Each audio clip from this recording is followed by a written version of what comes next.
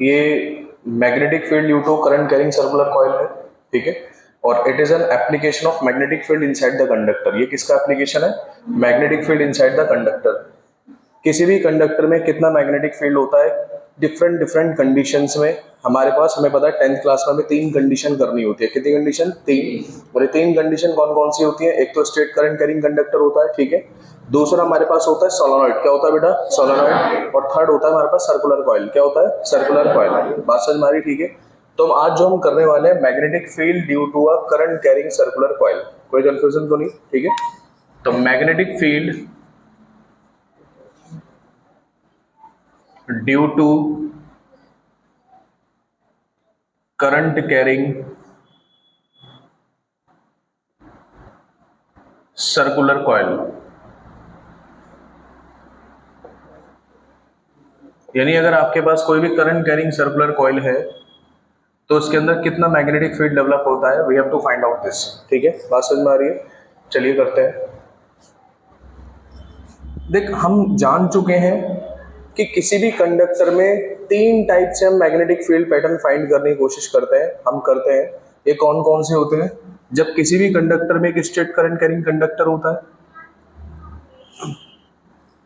यहाँ कितना magnetic field होता है, ये हमने किया था सबसे पहले।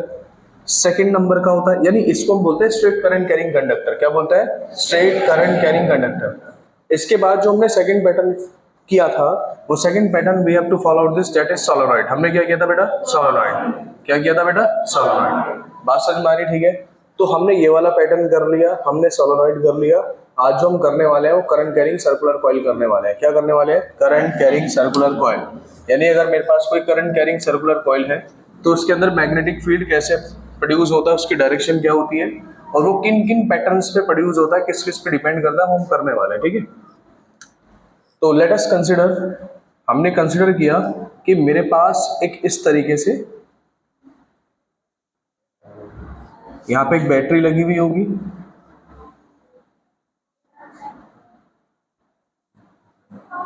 ठीक है। और यहां से जो है ये सर्कुलर कॉइल के अंदर इस तरीके से करंट जा रहा है। बात समझ में आ रही है? मतलब एक ना ये वुडन ब्लॉक है, ये वुडन पैटर्न है। बात समझ में आ रही है? ये लकड़ी का एक पैटर्न है। इस लकड़ी के पैटर्न के अंदर से यहाँ से एक वायर ऐसे अंदर जा रहा है और यहाँ से क्या आ रहा है, वापस लौट करके यहाँ पे आ रहा है। ठीक है। ये वायर हमने एक बैटरी के पॉजिटिव टर्मिनल से कनेक्ट कर दिया, ये दूसरा किससे कनेक्ट करा? नेगेटिव टर्मिनल से। तो ये पॉजिटिव और ये क्या है? नेगेटिव। बात समझ में आ रही है? हम जानते हैं कि जो करंट होता है वो करंट हमेशा कैसे फ्लो करता है? Positive to negative, positive to negative. तो हम जानते हैं कि करंट जो है पॉजिटिव टू नेगेटिव फ्लो करेगा। तो हमने देखा कि यहाँ से भाई करंट निकला और यहाँ पे करंट लौट के आया, ठीक है। तो हमसे पूछा गया कि बताओ यहाँ पे मैग्नेटिक फील्ड पैटर्न क्या होगा, यहाँ पे मैग्नेटिक फील्ड पैटर्न क्या होगा। बात समझ में आ रही है? अगर आप ध्यान से देखेंगे तो इस जगह पे, मैं इसको थोड़ा सा आगे बना लेता हूँ थोड़ा सा और क्लियर हो जाए।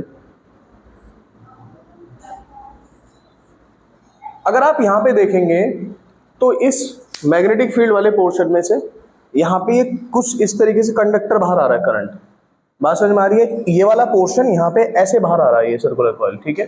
तो इस वाली सरफेस के लिए ये तो स्ट्रेट ही आ रहा है। कैसे आ रहा है? स्ट्रेट। और हम जानते हैं, जब मैंने आपको मैग्नेटिक फील्ड पैटर्न बताया था स्ट्रेट करंट कैरिंग कंडक्टर के थ्रू, तो मैं right hand thumb rule use किया था। क्या यूज किया था? Right hand thumb rule. Right hand thumb rule के अंदर हम क्या करते हैं, हम करंट की डायरेक्शन में थंब रखते हैं। क्या रखते हैं बेटा? थंब। तो हम क्या करेंगे, करंट की डायरेक्शन में थंब रखेंगे। बोलिए सो नो। तो हमने यहाँ पे करंट की डायरेक्शन में थंब रखा और अपनी फिंगर्स घुमा दी। तो फिंगर्स हमारी ऐसे पीछे तो घूम नहीं सकती, ऐसे ही घूमेंगी। तो करंट ऐसे जा रहा है, फिंगर ऐसे घूम रही है। कौन सी डायरेक्शन है? कौन सी डायरेक्शन? Anti clockwise. कौन सी डायरेक्शन? Anti clockwise. कौन सी डायरेक्शन? Anti clockwise. तो यानी कि यहाँ पे अगर करंट स्ट्रेट डायरेक्शन में है, अपवर्ड डायरेक्शन में है, तो यहाँ मैग्नेटिक फील्ड पैटर्न जो डेवलप होगा वो कैसे डेवलप होगा? Anti clockwise. क्या डेवलप होगा? यानी यहाँ पे जो मैग्नेटिक फील्ड पैटर्न डेवलप हुआ है, दिस इज एंटी क्लॉकवाइज। क्या है बेटा? ये एंटी क्लॉकवाइज डायरेक्शन। करंट अगर अपवर्ड है तो यहाँ पे जो मैग्नेटिक फील्ड पैटर्न डेवलप हुआ है वो क्या हुआ है? Anti clockwise. कोई कंफ्यूजन तो नहीं? ठीक है। जब यहाँ पे करंट ऐसे ट्रेवल करके यहाँ पे नीचे आएगा, जब इसके अंदर दोबारा नीचे आएगा तो देख यहाँ पे पैटर्न कुछ चेंज हो गया। यहाँ पे क्या चेंज हुआ, करंट डाउनवर्ड आ रहा है, करंट डाउनवर्ड आ रहा है तो थंब की डायरेक्शन डाउनवर्ड, और ये कैसे घूम रहा है, क्लॉकवाइज। कैसे घूम रहा है, क्लॉकवाइज। यानी यहाँ जो मैग्नेटिक फील्ड पैटर्न डेवलप होगा वो क्या डेवलप होगा, क्लॉकवाइज। क्या होगा बेटा, वो क्लॉकवाइज। बहुत ही शानदार। तो यहाँ पे अगर करंट हमारा डाउनवर्ड है तो यहाँ पे जो मैग्नेटिक फील्ड पैटर्न डेवलप होता है वो कैसे डेवलप होता है, क्लॉकवाइज। क्लॉकवाइज यानी, क्या मेरी बात समझ में आ रही, ठीक है। तो यहाँ पे भी अगर आप और देखोगे तो यहाँ पे ये इस तरीके से पैटर्न डेवलप होता है, किसके अंदर, करंट कैरिंग सर्कुलर कॉइल के अंदर। किसके अंदर, current carrying circular coil. Current carrying circular coil के अंदर जो मैग्नेटिक फील्ड होता है वो डिपेंड करता है हमारे पास एक तो नंबर ऑफ टर्न्स पे, किस पे, नंबर ऑफ टर्न्स।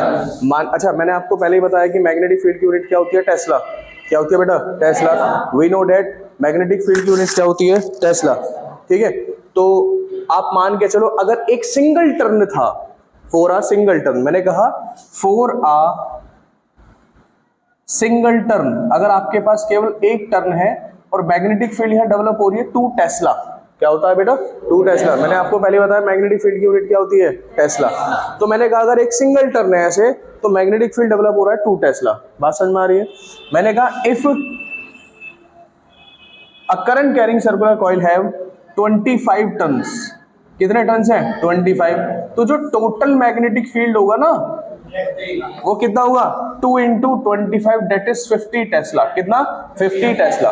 क्या मेरी बात समझ में आ रही है। यानी magnetic field pattern is directly proportional to number of turns. जो भी मैग्नेटिक फील्ड यहाँ डेवलप हो रहा है वो डायरेक्टली प्रोपोर्शनल किसके होता है, नंबर ऑफ टर्न्स के। जितने ज्यादा आप नंबर ऑफ टर्न्स बढ़ाएंगे उतना मैग्नेटिक फील्ड क्या होगा, ज्यादा। उतना मैग्नेटिक फील्ड क्या होगा, ज्यादा। बात समझ में आ रही है। तो करंट कैरिंग सर्कुलर कॉइल के अंदर मैग्नेटिक फील्ड डायरेक्टली प्रोपोर्शनल किससे होता है, नंबर ऑफ टर्न्स के। पॉइंट नंबर 1 क्लियर, बोलिए सो नो। अरे हाँ ना तो बोल। पॉइंट नंबर 2, पॉइंट नंबर 2 अगर आप देखेंगे, देखो हम जो ये देख रहे हैं किसका एप्लीकेशन है, this is an application of current. भाई मैग्नेटिक इफेक्ट किसका एप्लीकेशन है, करंट का एप्लीकेशन है, बोलिए सुनो, है ना। तो मैग्नेटिक फील्ड किसका किसका एप्लीकेशन है, करंट का। करंट के मैंने आपको बताया 2 एप्लीकेशन होते हैं, एक होता है हीटिंग इफेक्ट और दूसरा क्या होता है, मैग्नेटिक इफेक्ट। यानी यहाँ पे जो मैग्नेटिक इफेक्ट डेवलप्ड हो रहा है, यहाँ जो मैग्नेटिक इफेक्ट क्रिएट हो रहा है वो किसकी वजह से हो रहा है, करंट की वजह से। क्लियर हो रही है। तो जितना ज्यादा आप करंट बढ़ाएंगे उतना ही ज्यादा क्या होगा, मैग्नेटिक फील्ड। कितना होगा, मैग्नेटिक फील्ड। यानी सर्कुलर कॉइल के अंदर magnetic field directly proportional to current. कितना, करंट। क्लियर हो रही है बात। यानी जितना ज्यादा आप करंट बढ़ाएंगे उतना मैग्नेटिक फील्ड क्या होगा, स्ट्रॉन्ग, और जितना करंट आप घटाएंगे उतना मैग्नेटिक फील्ड क्या होगा, वीक।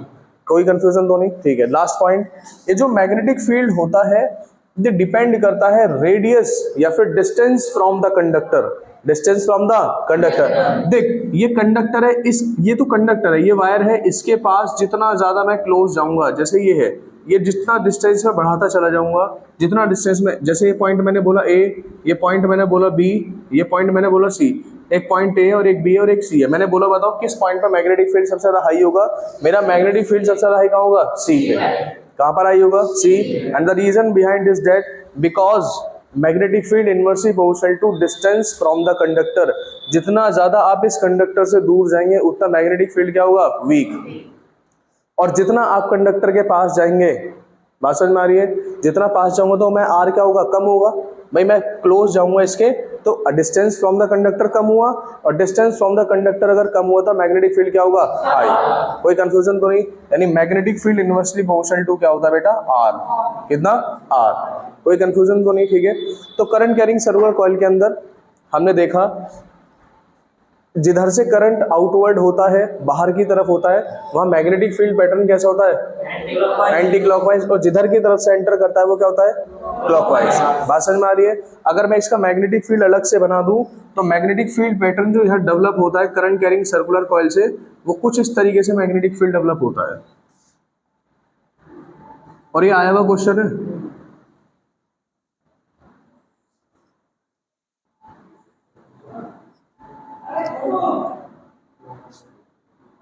क्लियर हो रही है बात, ठीक है। यहाँ पे क्या था पैटर्न, एंटी क्लॉकवाइज। क्या था, एंटी क्लॉकवाइज। यानी मैग्नेटिक फील्ड यह पैटर्न एंटी क्लॉकवाइज था।